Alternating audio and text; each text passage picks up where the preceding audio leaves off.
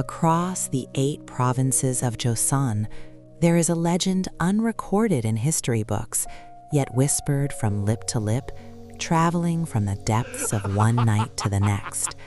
They say the energies of yin and yang harmonize the world, but when that energy overflows the vessel of a human being, is it a blessing or a curse? Today, I will tell you the true story of 2 souls who had to wander the world because they could not contain their overflowing vitality, Byeon Gang-Soe and Ongnyeo. In a village called Wulgyangchon in Pyongan province, there lived a woman named Ongnyeo. To say she was merely beautiful would be an injustice. When she appeared at the village well to draw water, the sturdy legs of the village men would turn to jelly, causing them to collapse where they stood. Her gaze was as cool as a deep lake at midnight. Yet within those eyes burned a fire that seemed ready to incinerate a man's very soul. When Ongnyeo slightly lifted her crimson skirt to cross the stream, even the flowing water seemed to hold its breath in silence, and the men stealing glances would swallow dryly, unable to sleep for nights on end. However, she carried a tragic destiny. Any man who shared even a single night with her would wither away and meet an untimely death. Her yin energy was so potent and overwhelming that the yang energy of an ordinary man simply could not withstand it. Once, a young scholar from the village, bewitched by her allure, climbed over her wall. Under the moonlight, as Ongnyeo was drying her wet hair, the scholar, as if possessed, reached out to grab her wrist. Ongnyeo smiled coldly and spoke. "Young master, if you wish to touch fire, you must be prepared to be burned. My night is far hotter than your day." The scholar, stimulated by her chilling warning, rushed at her, only to cough up blood and collapse a few days later. Labeled a man-eating temptress, Ongnyeo had no choice but to leave the village amidst pointing fingers. Meanwhile, far away in the southern provinces, there was a man named Byeon Gang-Soe. Born with bones as thick as logs and muscles as hard as bedrock, he was a force of nature. When he chopped wood in the forest, towering trees would shriek as they fell with a single swing of his axe. When he took off his top to split firewood, his sweat would glisten in the sunlight like oil on bronze. The tavern owners, seeing this, would often lose their minds and drop their serving trays. One day, 3 widows made a bet on who could speak to this ox of a man. The bravest among them approached him with a snack tray. "Look here, Bachelor Gang-Soe, isn't it a waste to use all that strength on mere trees? My door hinges are creaking. Perhaps you could take a look?" She brushed her hand against his rock-hard forearm, sending a gaze full of temptation. But Gang-Soe wiped his sweat indifferently and replied, "If a door creaks, it's because it lacks oil. My strength is not meant for fixing doors. It is used only when the earth cries and the heavens are startled." He had no interest in the shallow seductions of ordinary women, because there was no woman who could receive his overflowing yang. At night, he had to immerse himself in freezing valley streams to cool his boiling blood, and rumors spread that the water would turn lukewarm from his body heat. Fate is like a magnet. Extremes eventually attract. Ongnyeo, wandering aimlessly, and Byeon Gang-Soe, living a vagrant life, finally crossed paths at a tavern deep in the mountains of Cheongseok-gal. It was a night when rain poured down in buckets. As the tavern door opened and Ongnyeo stepped in, the noisy room fell instantly silent. Her rain-soaked clothes clung to her silhouette, revealing every curve, and a strange, intoxicating scent radiated from her, stimulating the senses of every man present.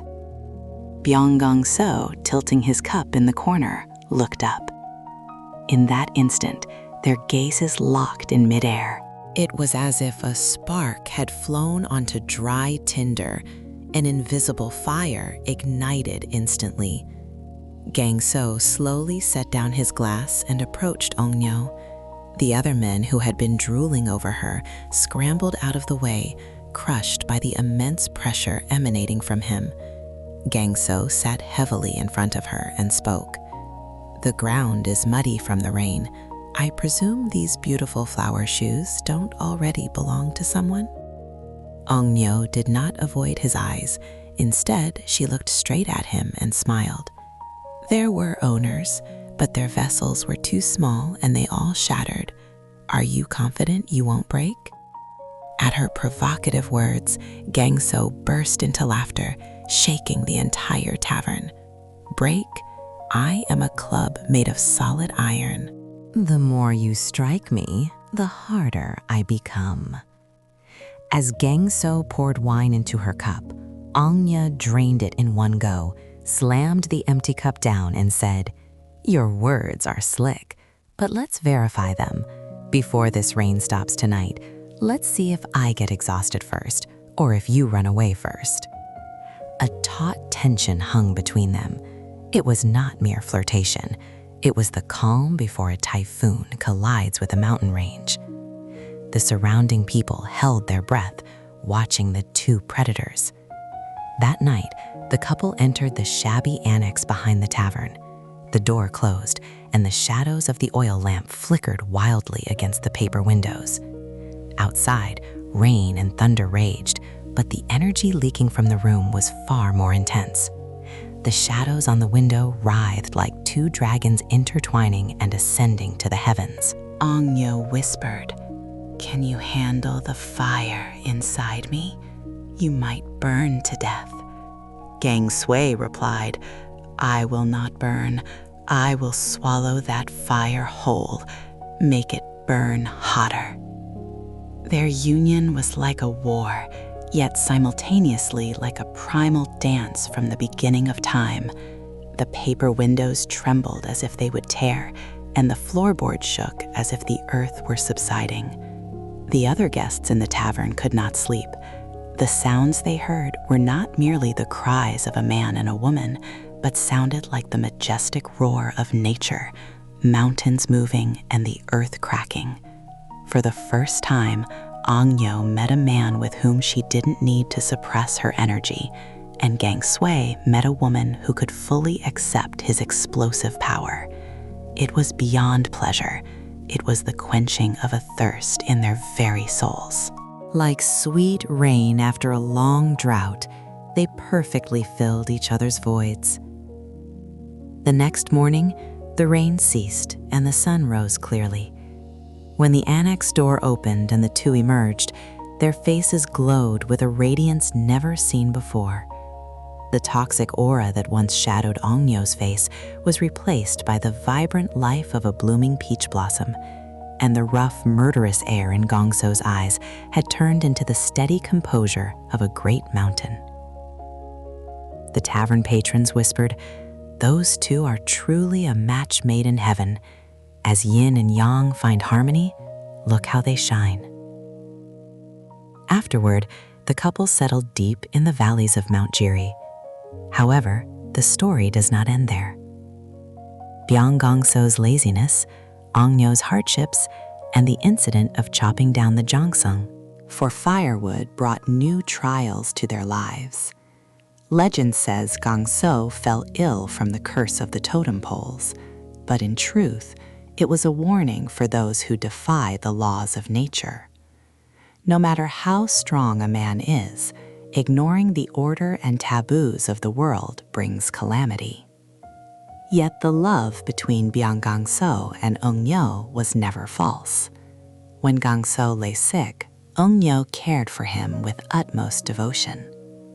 People say that after Gang-Soe passed and Ongnyeo left, the azaleas in the valleys of Mount Jiri bloom exceptionally red each spring.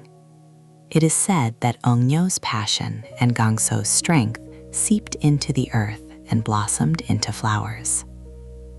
The meeting of a man and a woman is not merely a mixing of bodies. It is a process where two different universes collide, break, and fuse to create a new world. Byeon Gang-Soe and Ongnyeo. They were shunned by the world for energies they could not control, but they were completed by recognizing and embracing each other. Today's story asks us, have you found the person who can fully accept you as you are? And are you ready to embrace your partner's scorching fire or rough storm? We must not forget that true love is not about fearing each other's strength, but helping that strength harmonize to shine even brighter.